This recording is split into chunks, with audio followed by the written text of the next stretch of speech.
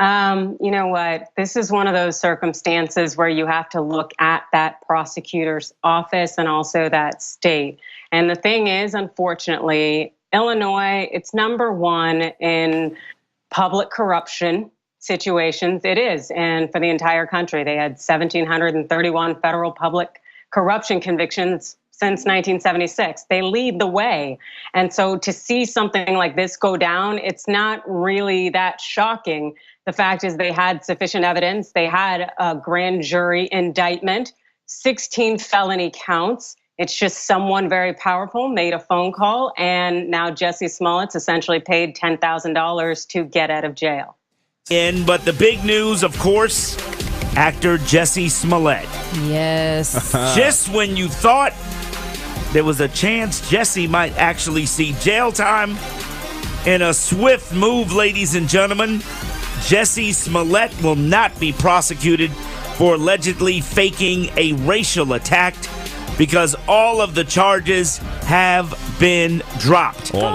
Jussie and his lawyers ran to court yesterday morning where he was facing 16 counts of lying to the police in the alleged racial and homophobic attack.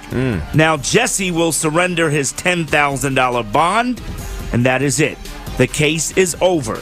We are told the state's attorney, Kim Foxx, told Chicago police she was dropping the case because Jussie would have only gotten community service if convicted, and she said he's already performed so much community service, it doesn't make sense going into all of this and wasting all of this money.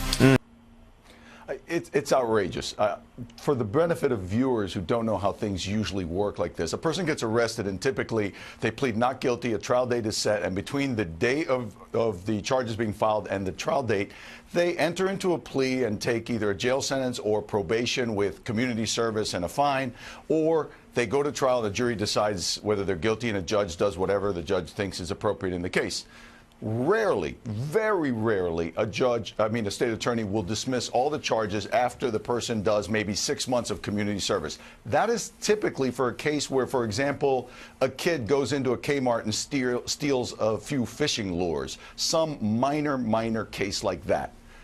This is not that case. In this case, Jussie Smollett, according to the state attorney's evidence that they presented to a grand jury, which charged him, as you said, with 16 felonies, totally manufactured this fraudulent attack, made it intentionally homophobic, racist, accused Trump. So I think there's something wrong here.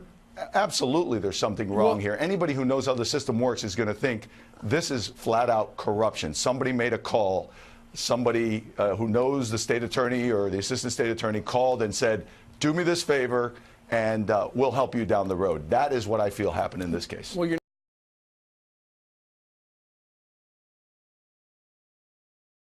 Harvey Levin from TMZ joins us. Harvey, when I first heard this news, I first thought of you because I wanted to ask this simple question.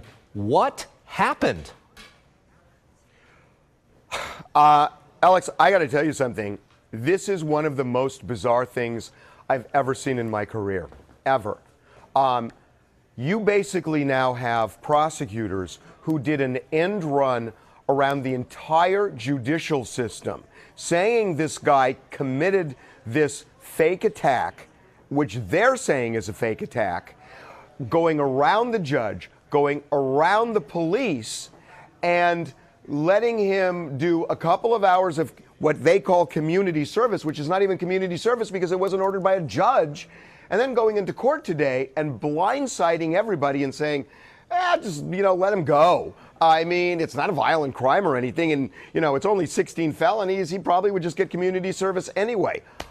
I've never seen anything like this. It is bizarre and, as the mayor suggested, shady. So what's the scoop? You're the king of the scoop of figuring out what's really happening behind the scenes here. How did this happen? Well, look, the state's attorney recused herself because she had contact with some people and had, this has to do with Michelle Obama's chief of staff, and ultimately, apparently, the state's attorney tried to get the police to just kind of drop this thing and forget about it. So she recused herself, gave it to somebody else in her office, which is bizarre to me why she wouldn't have given it to the Attorney General, a completely different agency. But she gave it to somebody in her staff. But ultimately, in the end, the decision to do this came out of the office of the state's attorney. That's her. So she recused herself, but her office, and that's her, they made the decision, you know, let's just drop it. He did a couple of hours with Jesse Jackson's charity and, you know, helping out with figuring out camera angles and whatnot. That's the community service. The police are livid. The mayor is livid.